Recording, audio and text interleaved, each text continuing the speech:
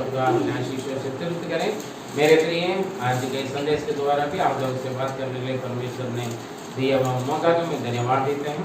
और वचन को ध्यान से सुनिए और दिया हुआ रेफरेंस वचन को आप ध्यान से पढ़िए प्रार्थना के साथ, और एक दूसरों को आप शेयर कर लीजिए, बार बार इसको मनन कर लीजिए।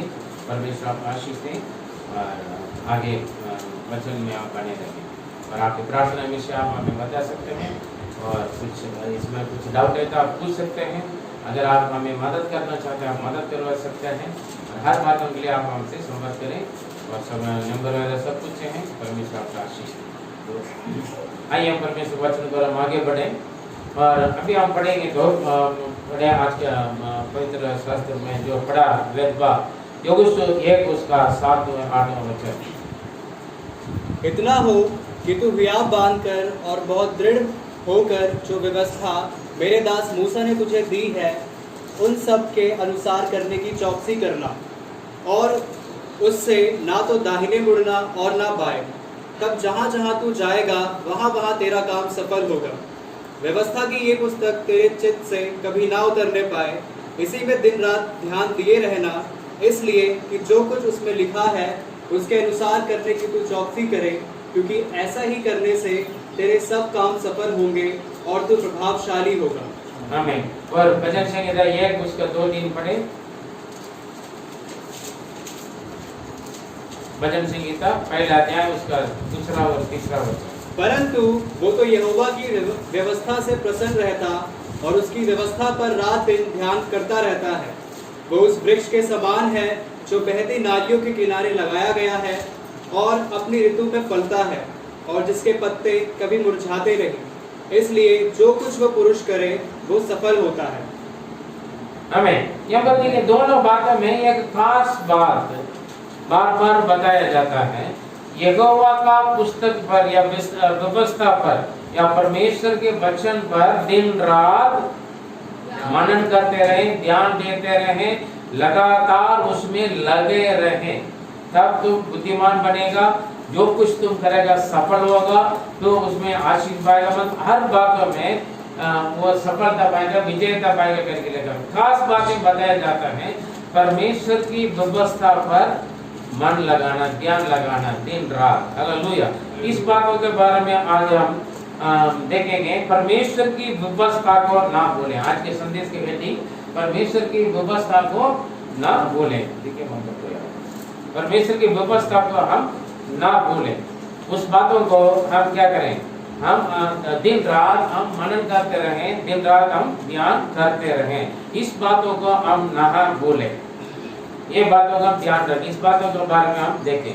यहाँ पर परमेश्वर का वचन जो परमेश्वर का व्यवस्था क्या है, परमेश्वर का व्यवस्था की बात है क्यों हाँ क्या है करके हम उस बातों पर हम ध्यान रखें। परमेश्वर की व्यवस्था को हम ना भूलें, दिन रात हम उसके लगे रहें। निर्गमन 32 परमेश्वर का वचन या परमेश्वर की व्यवस्था क्यों आया और कौन दिया है, हम सोचते हैं क्या बातें करेंगे। हम पढ़िए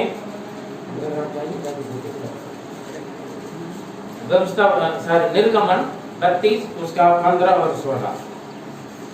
तब मूसा मुड़कर साक्षी की दोनों तख्तियों को हाथ में लिए हुए पहाड़ से उतर गया। उन तख्तियों के इधर उधर दोनों ओर लिखा हुआ था, और वे तख्तियां परमेश्वर की बनाई हुई थी, और उन पर जो खोदकर लिखा हुआ था वह परमेश्वर का लिखा हुआ था। हमें यहाँ पर देखिए परमेश्वर का जो व्यवस्था जो आप हाथ में दिया हुआ जो नियम परमेश्वर ने अपने हाथों से बनाया हुआ पत्थर से और अपने हाथों से अपने उंगलियों से लिखा हुआ वचन है। व्यवस्था विवरण पढ़े 9 और 10। और यहोवा ने मुझे अपने ही हाथ की लिखी हुई पत्थर की दोनों पटियाओं और सौंप दिया, पटियाओं को सौंप दिया, और वे ही वचन जिन्हें यहोवा ने पर्वत के ऊपर आग के मध्य में से सभा के दिन तुमसे कहे थे, वे सब उन पर लिखे हुए थे।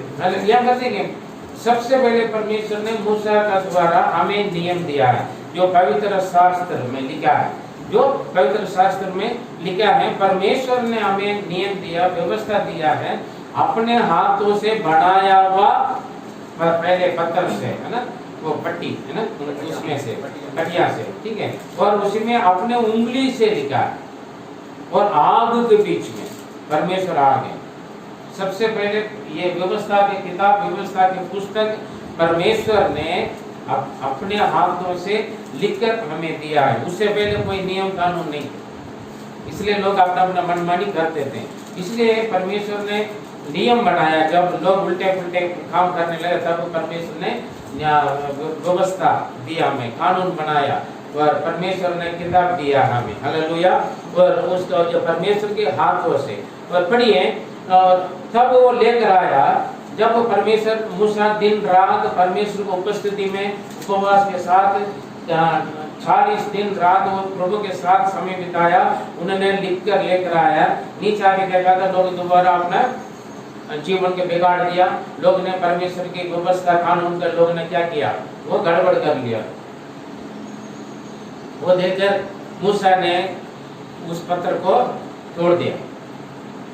दोबारा परमेश्वर ने मूसा का बुलाया, फिर दोबारा लिख दिया। पढ़िए व्यवस्था 10:3-4। तब मैंने बबूल की लकड़ी का एक संदूक बनवाया और पहली पटियाओं के समान पत्थर की 2 और पटियाएं गढ़ी। तब उन्हें हाथों में लिए हुए पर्वत पर चढ़ गया, और जो 10 वचन यहोवा ने सभा के दिन पर्वत पर अग्नि के मध्य में से तुमसे कहे थे, वे ही उसने पहलों के समान उन पटियाओं पर लिखे और उनको मुझे सौंप दिया। हमें यहाँ पर दोबारा परमेश्वर ने लिख दिया। देखिए, कहने का मतलब जो परमेश्वर का जो बाइबल हमें सिखाता है, दिन रात इसमें मनन करते रहना, इसमें से अपना नजर या अपना बुद्धि दिमाग अलग ना करें करके लिखा है ना, बार बार। क्योंकि परमेश्वर की इस व्यवस्था के पुस्तक आज्ञा को और उनका व्यवस्था को हम क्या करना है, उसको बार बार मनन करते रहें, ध्यान देते रहें, इसको पढ़ते रहें। हम क्या करते हैं, एक फॉर्मेलिटी के लिए पढ़ते हैं ना, पढ़ लिया रख दिया, ऐसे नहीं। दिन रात इसको आप मनन करते रहें, तब जाकर आपके जीवन में वो क्या करेगा, कामयाब बनेगा। हालेलुया, कामयाब बनेगा। इसके बारे में हम आगे बढ़े। कई बार हम सोचते हैं ये बात आपके दिमाग में बिठाई, ये किसी मनुष्य ने लिखवाया नहीं, जरूर मनुष्य ने इसको प्रिंट किया प्रिंटिंग मशीन में, ठीक है, प्रिंटिंग ऑफिस में ऑफसेट में प्रिंटिंग हुआ है, लेकिन इस लिखी हुई बात, इस वचन को दिन रात मनन करना है, ध्यान देना है। क्यों देना है? क्योंकि ये परमेश्वर का व्यवस्था किसी मनुष्य ने नहीं लिखा ना पड़ा, परमेश्वर ने खुद अपने हाथों से बनाया हुआ पत्थर से और अपने हाथों से लिखा हुआ, अपने उंगली से लिखा हुआ आगे बीच में से मूसा को दिया, ताकि लोग, ये कलीसिया के लिए दिया है, लोगों के लिए दिया, अपने लोगों के लिए दिया है, ताकि दिन रात इसमें मनन करते रहें, इसी के अनुसार चलते रहें और इसको पढ़ें, इसको ध्यान दें, इसको मनन करें, इसके मुताबिक अपने जीवन को चलाएं, तब जाकर अपने जीवन में सफलता और विजयता प्राप्त करने के लिए प्रभु ने दिया है। कई बार हम सोचते हैं ना, लोग ने लिखा, लोग ने अपना मर्जी से नहीं लिखा है, जो भी किया, कुछ भी किया है, वो परमेश्वर ने अपना आत्मा का द्वारा किया हुआ बातों के अनुसार, बुद्धि के अनुसार, ज्ञान के अनुसार प्रभु ने हमें आशीष दिया। दूसरा तीमुथियुस 3 उसके 16-17 पढ़े। संपूर्ण पवित्र शास्त्र परमेश्वर की प्रेरणा से रचा गया है और उपदेश और समझाने और सुधारने और धार्मिकता की शिक्षा के लिए लाभदायक है, ताकि परमेश्वर का जन सिद्ध बने और हर एक भले काम के लिए तत्पर हो जाए। हमें दूसरा पत्रुस पहला अध्याय 20 और 21। देखिए, परमेश्वर के आत्मा का द्वारा कोई भी भविष्यवक्ता, कोई भी परमेश्वर का वचन मनुष्य अपना बुद्धि दिमाग से नहीं लिखा, ना अपना बुद्धि दिमाग से भविष्यवाणी किया नहीं। लोगों परमेश्वर के जन सिद्ध होने के लिए, हर बातों में लाभदायक होने के लिए, हर बातों में सफलता होने के लिए परमेश्वर ने अपना आत्मा का द्वारा दिया हुआ शिक्षा के अनुसार, आत्मा के वरदान के अनुसार सब कुछ कंट्रोल कौन करते हैं? पवित्र आत्मा ही करते हैं, परमेश्वर का वचन के अनुसार ही करते हैं। पढ़िए दूसरा पत्रस उसका पहले अध्याय 20 और 21। पर पहले ये जान लो कि पवित्र शास्त्र की कोई भी भविष्यवाणी किसी ने अपने ही विचारधारा के आधार पर पूर्ण नहीं होती, क्योंकि कोई भी भविष्यवाणी मनुष्य की इच्छा से कभी नहीं हुई, पर भक्त जन पवित्र आत्मा के द्वारा उभारे जाकर परमेश्वर की ओर से बोलते हैं। पवित्र जन पवित्र आत्मा के द्वारा परमेश्वर की ओर से बोलते हैं। हालेलुया। जो परमेश्वर की इच्छा योजना है। हालेलुया। यहाँ पर खड़े होकर हम आपको शिक्षा देते हैं, हम अपने मर्जी से हम आपको शिक्षा नहीं दे रहे। हालेलुया। ये भविष्यवाणी इसके अंदर लिखी हुई है, ये किसी मनुष्य ने अपने मर्जी के अनुसार नहीं लिखवाया है। हालेलुया। ये तो मनुष्य ने लिखा, या तो ऑफसेट में प्रिंटिंग में प्रिंट हुआ, ऐसा ना बोले, क्योंकि इसका मूल जो लिखी हुई बात और लिखी हुई विषय, ये सब कुछ परमेश्वर ने अपने हाथों से, अपने उंगली से, आग से, पवित्र आत्मा से लिखे हुआ बातें वचन है। इसलिए इस बातों के ऊपर आपको ध्यान देना है और इस शिक्षा को प्राप्त करना है और दिन रात इसको आपको मनन करते रहना है। इसलिए पवित्र शास्त्र में लिखा है, ऐसे ना हो वैसे ही बनो। कैसे ना हो, कैसे नहीं होना। भजन संहिता 1 उसका 1 पढ़े। त्यागी बने है वह पुरुष जो दुष्टों की युक्ति पर नहीं चलता, जो दुष्टों की युक्ति पर नहीं चलता, और ना पापियों के मार्ग में खड़ा होता, ना पापियों के मार्ग पर खड़ा होता, और ना ठट्ठा करने वालों की मंडली ना ठट्ठा करने वाले मंडली पर नहाया बैठे। ऐसे मत करो, दुष्टों की युक्ति पर नहीं चले। मेरे प्रिय, आज हम परमेश्वर का जन है, प्रभु के जन बोलते हैं, पवित्र शास्त्र हम हाथ में लेते हैं, हम प्रभु का बंदा बोलते हैं, हम यीशु को मानते बोलते हैं। क्या हम सोच के देखें, हम किसकी युक्ति पर चलते हैं? क्या हम दुष्टों की युक्ति पर चलते हैं? दुष्टों का कोई किसी किसी और के कहने पर चलते हैं। किसी ने बोल दिया, हम बोल दिया, अच्छा वो अच्छी बात है बुरी बात हम नहीं जानते। तुम्हें कौन बोला वहां जाने के लिए? उसने बोला। जाने से पहले आपका मालूम होना ना, किसने बोला करने के लिए? नहीं, उन्होंने किया। अरे सोचो कैसी है ना, वो जो आपका आर्डर दिया वो दुष्ट है या सही बंदा है, अच्छा के लिए किया, बुरा के लिए किया, अपना फायदा के लिए बोला या आपके फायदा के लिए या किसी और, वो सारे नहीं सोचते। उसने बोला मैंने करी, उसकी बड़ा बुरा का नुकसान उसका कौन भुगताएगा? आप ही भुगताओगे ना, और कोई तो नहीं पड़ेगा। नहीं, उसने बोला मैंने, आप सोच रहे मैं बोलूंगा यहाँ से छत से कूद लोगे, कूद गया तो पैर टूटेगा था, उसका दर्द किसका होगा? आप ही का होगा ना। इसलिए सोच के देखे मैं किसकी युक्ति पर चल रहा हूँ, परमेश्वर की युक्ति पर चल रहा या किसी मनुष्य या अपने युक्ति पर, ये सावधान रहे। और क्या है, पापियों का मार्ग पर क्या नहीं होना, खड़ा भी नहीं होना, है ना। खड़ा क्यों? हम खड़ा होने का मतलब क्या है? हम देखेंगे, अगर कोई गलत काम कर रहा है, खड़े होकर देख रहे थे, क्या करेगा? खड़े होकर हम देखेंगे, सुनेंगे, फिर वो चीज हमारे अंदर आ जाए धीरे धीरे, है ना। खड़े भी मत हो जाओ, खड़े होकर देखने में तो, खड़े होने में तो देखोगे, अगर नहीं खड़े होगे तो क्या होगा? ज्ञान है, मतलब चलते रहो, है ना। खड़ा नहीं होना, पापियों के मार्ग पर ना खड़ा होना। मेरा खड़ा होना, मैं खड़ा रहता हूँ, वो ध्यान सोच देखें, मैं किसकी युक्ति पर चल रहा हूँ, मैं किसके मार्ग पर मैं खड़े हो रहा हूँ, और ठट्ठा करने वाला मंडली पर ना बैठे, मनोरंजन के जहाँ, है ना, बैठकर दुनियादारी की बात है, दुनिया के बुराई, ठट्ठा मजाक, है ना, मनोरंजन के हैं बातें पर क्या मैं कहाँ बैठता हूँ? जहाँ जिस मार्ग पर मैं चलता हूँ, जिस मार्ग पर मैं खड़ा होता हूँ, और जहाँ पर मेरा बैठने का संगति कहाँ? लोग जाकर सोदम हमारा में बैठा, है ना, लास्ट में क्या हो गया, है ना, हमारा उठने का, चलने का, खड़े होने का या बैठने का जगह कहाँ है? किसी के घर पर जाकर बैठकर उल्टी सीधे बातें करना, सुनना, कुछ लोग बात करना भी अच्छा लगता है, कुछ लोग बात सुनना भी अच्छा लगता है। परमेश्वर के जनों का ये लायक नहीं है, समझे। धन्य है जो दुष्टों की युक्ति पर नहीं चलता है, पापियों के मार्ग पर खड़ा न रहता है, और ठट्ठा करने वाले मंडली पर ना बैठते। फिर क्या करेंगे? क्या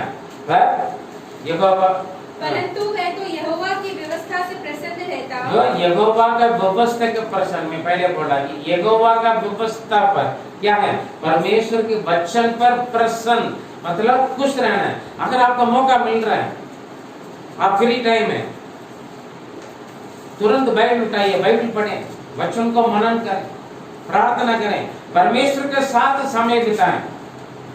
टीवी देखने से अच्छा, टट्टा करने वाले मंडली में जाकर इधर उधर बैठने से अच्छा, कुछ लोग रोड पर जाकर बैठ जाते, कुछ लोग घर पे मिलेंगे नहीं, घर पे कोई काम नहीं है, कहाँ तक घर पे बैठे रहेंगे, लेडीज देखेंगे तो जाकर दरवाजा पर बैठ जाएंगे, गली में बैठ जाएंगे। आदमी लोग जाके क्या करेंगे, बाजार में, बस स्टॉप में, मंडली में या कहीं किनारा किनारा में कहीं जो पत्थर पड़ा हुआ है, लकड़ी स्टूल वगैरह पड़ा हुआ था, वहां जाकर बैठकर दुनिया भर की कहानी, हाँ भाई हाँ सुनो, आल तो फालते दुनियादारी की बात है। वहाँ पर लड़ाई झगड़ा भी होगा, मारपीट भी होंगे, गाली गलौज भी होंगे, और अपन आत्मिकता का भी खराब है। गली में मोहल्ला भी बैठेंगे ऐसे।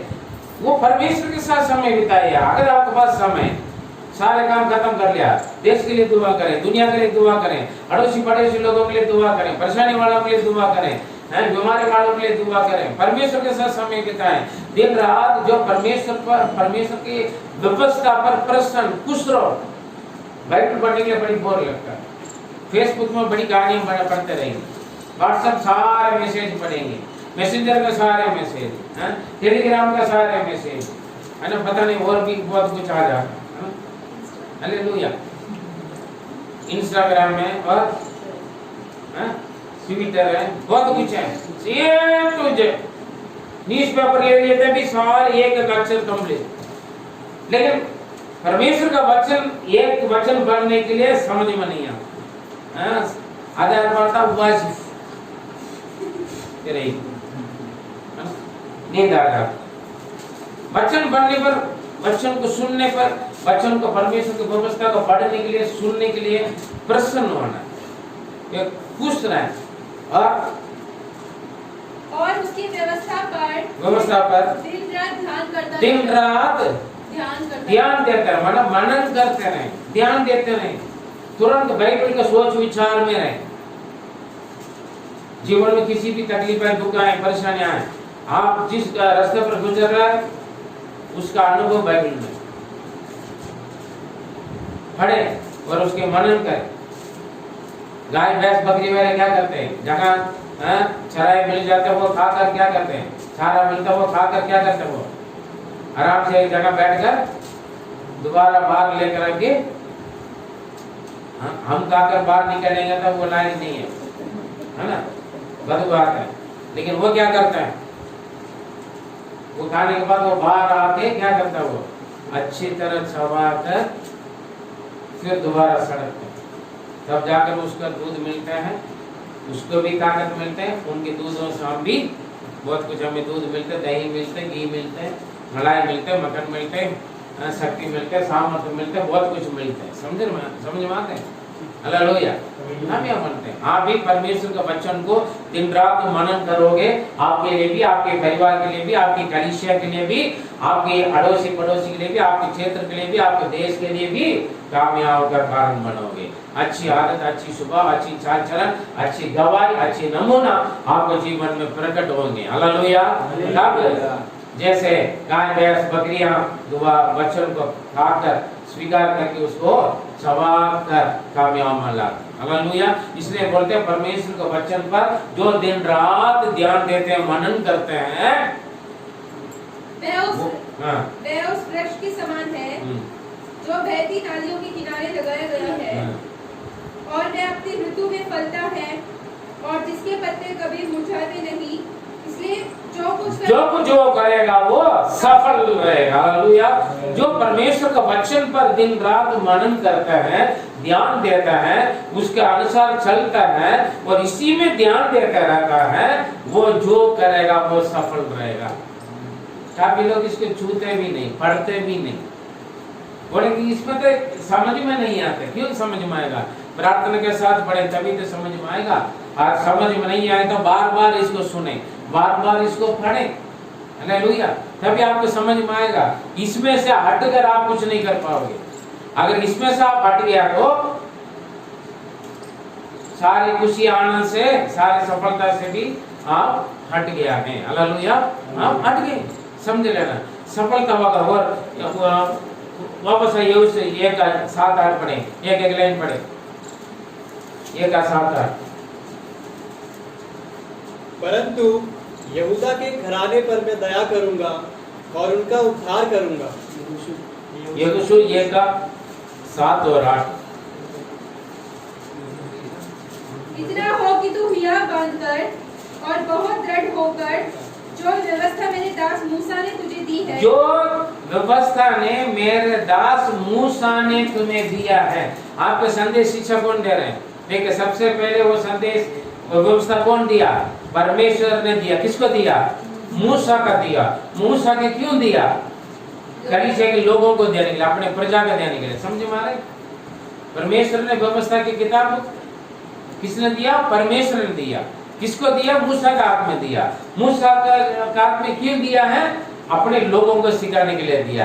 अभी बता रहे हैं, जो मेरे दास ने तुम्हें सिखाया मूसा ने, उस पुस्तक पर उन सब के अनुसार करने में चौकसी करना। उस सब के अनुसार करने में चौकसी रहो। जो मेरा दास तुम्हें शिक्षा देता है, उसके अनुसार करने के लिए तुम चौकसी रहो। और उससे ना तो दाहिने मुड़ना और ना बाएं। ना दाएं मुड़े ना बाएं मुड़े। तब जहाँ जहाँ तू जाएगा, वहाँ वहाँ तेरा काम सफल होगा। जो काम के लिए, जिस काम के लिए तू जा रहे हैं, वो काम सफल हो। काफी लोग क्या बोलते हैं, अरे पादरी साहब आप कुछ भी कर रहे हैं ना, कहीं पर भी जाए तो कुछ भी करो, बनते बनते बिगड़ जाता है, होते होते बिगड़ जाता है। क्यों? आपने व्यवस्था को ध्यान नहीं दिया। अपने शक्ति सामर्थ्य, अपने जोश से आप कर रहे हो, अपना बुद्धि दिमाग से आप कर रहे हो। अपना बुद्धि दिमाग ज्ञान से आप करेंगे तो सफलता नहीं होगा। पहले भी भजन संगीत में हमने देखा, जब दिन रात परमेश्वर के वचन के व्यवस्था का मनन करते हैं, ध्यान देता है, उनका काम सफलता होगा। यहाँ दाएं बाएं ना मत मोड़ो, सीधा प्रभु के वचन के अनुसार चले, जगह कैंपर भी जाए, कुछ भी करे, वो सफलता होगा। हालेलुया। कितना भी घटना आए, कितना भी मुसीबत आए, कितना भी परेशानी आए, परमेश्वर पहले से आपको बोल देगा ये घटना आने वाले, सावधान रहो। हालेलुया। ये घटना हो गया, कोई बात नहीं, तुम हिम्मत रहोगे, इसको संभालो। परमेश्वर में अगुवाई करेगा, आप सुनोगे। Praise God. परमेश्वर के वचन पर आपका ध्यान बने रहे, प्रसन्न रहना। और आगे बढ़िए। व्यवस्था की ये पुस्तक तेरे चित्त से कभी ना उतरने पाए, तेरे दिमाग से कभी ना उतरना पाए, तेरे मन से कभी ना उतरना पाए। जोर से पढ़िए। इसी में दिन रात ध्यान दिए रहना। इसी में दिन रात ध्यान देते रहना। संगीत भजन संगीत में भी हमने क्या पढ़ा? दिन रात ध्यान दें। हम बोलते हैं ना, अरे कब तक, जब तक इसको पढ़ते रहेंगे क्या? लोग मुझसे पूछते हैं, अरे भाई जब से देखा तुम तो यही पढ़ते रहता, अभी तक तूने नहीं पढ़ा क्या? अरे मैं वो तो कितना किताबें पढ़ लेते। हम भी पहले पढ़ते थे कॉमिक्स वगैरह, कहानियां वगैरह, बहुत कुछ स्टोरीज नॉवेल्स पढ़ते थे। लेके पढ़ के भाई बड़ी महंगी महंगी किताब लेके पढ़ के फेंक देते हैं, दोबारा पढ़ने के लिए उतना लायक नहीं है। लेकिन ये 1000 बार नहीं, लाख बार नहीं, करोड़ों बार भी पढ़ोगे ना, तभी ये नया दिखेगा। इसका मजा है कुछ और है। उसका वो जो पढ़ता है इसका मजा लगा, उसका मालूम है इसके अंदर क्या चीजें होते हैं। बाकी लोग क्या करा रहे, एक ही किताब को पढ़ते रहते। देख इतना पुराना हो गया, सारे पढ़ उठे, पता नहीं क्या क्या पढ़ते पढ़ते लिखते जा रहे, हर बातों में हर नई नई बातें बोलते हैं। हालेलुया। लाखों करोड़ों प्रचार लोग, जब व्यवस्था आया तब से लेकर, मूसा से लेकर, है ना, अभी तक मेरे तक है ना, और मेरे एक बाद आने वाला बाद तक इसी किताब का प्रचार ही करेंगे। हालेलुया। इसी से प्रचार करेंगे। हर प्रचारक से अलग अलग दिखते, नई नई बातें बताएंगे, वचन वही होगा। हालेलुया, है ना। पवित्र आत्मा बात करते हैं, हर एक से बात करते हैं। एक एक वचन से लाखों करोड़ों अरबों को, बिलियन मिलियन प्रचार एक एक वचन से बोलते जाए, कभी भी खत्म नहीं हो पाएगा। Praise God. हालेलुया। आमीन।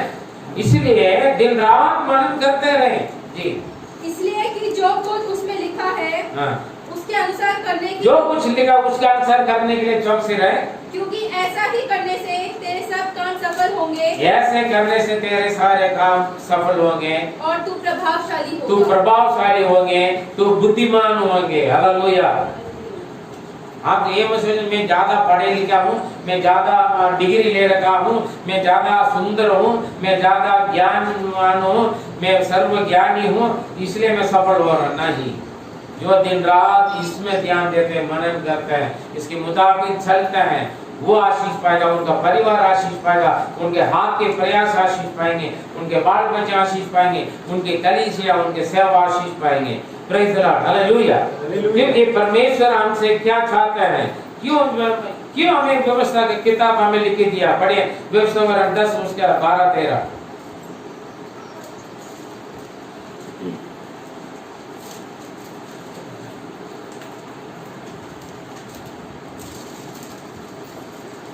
व्यवस्था विवरण 10 उसका आगे से निकाल के रखें। अब है इज़राइल, तेरा परमेश्वर यहोवा तुझसे इसके सिवाय और क्या चाहता है कि तू अपने परमेश्वर यहोवा का भय माने और उसके सारे मार्गों पर चले। देखिए, परमेश्वर आपसे और कुछ नहीं चाहते हैं। परमेश्वर आपसे सिर्फ यही चाहते हैं आप उनका भय माने और उसके मार्ग पर चले, और उसके सारे मार्गों पर चले, सारे मार्ग पर चले, उससे प्रेम रखें, उनसे प्रेम रखें और अपने पूरे मन और सारे प्राण और से उसकी सेवा करें। अपने पूरे तन मन से उनसे प्रेम करो और उनकी सेवा करें। ये किस लिए चाहता है? पढ़िए अगले वचन में। और यहोवा की जो आज्ञा और विधि मैं आज तुझे सुनाता हूँ, जो परमेश्वर का आज्ञा विधि व्यवस्था मैं तुम्हें सुनाता हूँ, उनको ग्रहण करें, वो सब ग्रहण करें, जिससे तेरा भला हो, क्योंकि तेरा बड़ा हो। हालेलुया। परमेश्वर ने व्यवस्था, कानून, नियम क्यों दिया मूसा को? क्यों मूसा का बड़ा तो अपने लोगों को सिखाओ? क्योंकि किसका बड़ा? परमेश्वर का बड़ा या मूसा का बड़ा? किसका बड़ा होने के लिए? आपके बड़ा होने के लिए, आपके बड़ा और हो गया। हाँ जी, आपकी भलाई के लिए ये व्यवस्था, कानून, नियम परमेश्वर ने क्यों बनाए? आपकी भलाई के लिए, आपको शिक्षा देने के लिए, आपको सिखाने के लिए परमेश्वर मूसा को, याजक को, पादरियों को क्यों खड़ा किया है? आपको अच्छी तरह समझाने के लिए और आपकी भला होने के लिए। समझ मारे? आपकी भलाई के लिए, प्रेज़ गॉड, आपकी भला होने के लिए। लेकिन हम क्या करते हैं? हम इसको इनकार कर देते हैं।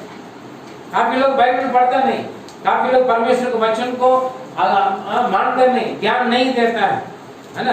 उसके क्या होगा? वो सिया 4 उसका 6 पढ़े। वो से मेरे ज्ञान के ना होने से मेरी प्रजा नष्ट हो गई। क्या है? मेरे ज्ञान के ना होने से, मेरे ज्ञान की ना होने से मतलब तमिल में तो बहुत अच्छी तरह अनजान से मेरे लोग संहार होता है, नाश होता है। परमेश्वर की ज्ञान ना जानने के कारण, ना होने के कारण। बुद्धि ज्ञान कहां से मिलता है? परमेश्वर का वचन से। क्या है?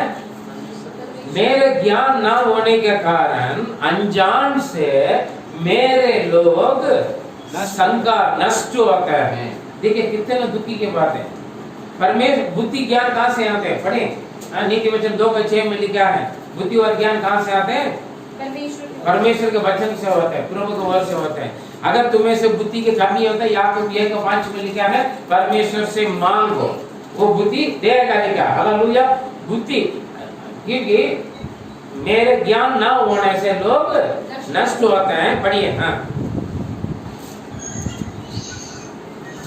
हाँ कंटिन्यू करें। ओसे डिवोर्स हो जाता भैया। तूने मेरे ज्ञान को तुच्छ जाना है, तूने मेरे ज्ञान को तुच्छ जाना है, इसलिए मैं तुझे अपना याजक रहने के अयोग्य ठहराऊंगा। हाँ, इसलिए कि तूने अपने परमेश्वर की व्यवस्था को तज दिया है, मैं भी तेरे बाल बच्चों को छोड़ दूंगा। अगर आप परमेश्वर के वचन को छोड़ दोगे, मैं क्या करूंगा? तेरे बाल बच्चों को छोड़ दूंगा। परिवार के मुखिया लोग सावधान हो, परिवार के जन, चाहे कोई भी है, बच्चे हैं बड़े, इसमें देखें उससे पहले वचन पढ़े, वहां पर लिखा है बचपन से तू जानते है। हाँ, तू दिन दोपहरी ठोकर खाएगा और रात को भविष्यद्वक्ता भी तेरे साथ ठोकर खाएगा, और मैं तेरी माता का नाश करूंगा। चलो उसका नहीं, उसका व्यवस्था वर्णन जो तू बचपन से जानते हैं, ठीक है, और जो तू बचपन से व्यवस्था वर्णन में आता है, जो तू बचपन से जानते इस वचन को, परमेश्वर के वचन को आप छोड़ दिया तो परमेश्वर किसको छोड़ेगा? आपके बाल बच्चों को। देखें भाई बहन सावधान रहें, परमेश्वर के वचन, अरे ये तब जानते हैं वचन, ये तो पादरी तो ऐसे सिखाएगा, है ना, पादरी तो ऐसे ही बोलेगा करके। आप अगर आज आपके बच्चों को ऊपर परमेश्वर का आशीष क्यों नहीं है? बच्चे आपके बात क्यों नहीं मान रहे? आप परमेश्वर की बात नहीं मान। अगर आपके बच्चों के जीवन में कुछ गड़बड़ आ रहा है कुछ बच्चे अनसुनी बन रहे हैं, बच्चे बिगड़ रहे हैं, बच्चे नहीं पढ़ रहे हैं, सावधान रहे। परमेश्वर का वचन को आप छोड़ दोगे तो परमेश्वर आपको नहीं, आपके बाल बच्चों को भी छोड़ देगा, आपको तो हटा देगा बल्कि और आपकी बाल बच्चों को भी छोड़ देगा। अगर परमेश्वर हमारे बच्चों को छोड़ दिया तो क्या होगा? शैतान अपने आधीन में रख देगा। सावधान रहिए, परमेश्वर के वचन पर आप ध्यान रखें, दिन रात आप मन लगाओ। हालेलुया। आप लगाओगे क्या होगा? ऐसा 30 उसके 30-21 पढ़े। जो परमेश्वर की व्यवस्था को भूल जाता है और उनके बच्चों को परमेश्वर भूल जाता है। चाहे प्रभु तुम्हें विपत्ति की रोटी और दुख का जल भी दे, तो चाहे आप जीवन में जितने भी दुख तकलीफ आए तो भी तुम्हारे उपदेशक फिर ना छिपे और तुम अपनी आंखों से अपने उपदेशकों को देखते रहो। देखें परमेश्वर, देख आप जीवन में जितने भी दुख आए, तकलीफ आए, परेशानी आए, आते नहीं आते, आते हैं, लेकिन वहां पर परमेश्वर अपने दासों को भेजते हैं, उपदेश को भेजते हैं। देखो ऐसे करो, ऐसे मत करो, शिक्षा देते हैं और आपको तसल्ली देते हैं और आपको उत्साहित करते हैं, वो आपके लिए दुआ करते हैं। समझ में आते? परमेश्वर आज आपको पादरी के क्यों रखते हैं? जब आपके जीवन में दुख तकलीफ आते हैं, ये उपद्रव आते हैं, परेशानी आते हैं, समस्या आते हैं, उस वक्त आपको खड़ा करने के लिए, हिम्मत दिलाने के लिए, आपको उत्साहित करने के लिए, आपके आगे बढ़ाने के लिए परमेश्वर अपने लोगों को रखते हैं, अपने दास दासियों को रखते हैं, अपने सेवक लोगों को रखते हैं। समझ रहे? खड़ा करते हैं ताकि आप गिरना ना। प्रभु आपको इतना ध्यान देते हैं, क्यों? आप परमेश्वर की व्यवस्था पर चले, परमेश्वर व्यवस्था पर आप भरोसा रखें, परमेश्वर का आज्ञा व्यवस्था पर आप दिन रात मनन करें, ध्यान देते रहें, ताकि आप भी और आपके परिवार भी, आपके बाल बच्चे भी अच्छे रहे। समझे? माने अगले वचन पढ़े। जब आप कभी दाएं में मुड़ते हैं, जब कभी तुम दाहिने या बाईं ओर मुड़ने लगो तब तुम्हारे पीछे ये वचन तुम्हारे कानों में पड़ेगा। वचन तुम्हारे कानों में पड़ेगा। जब आप दिन रात परमेश्वर के वचन पर ध्यान रखोगे, अगर आप दाएं बाएं मुड़ अगर गलती भी करोगे ना, वचन आपसे बात करेगा। हालेलुया।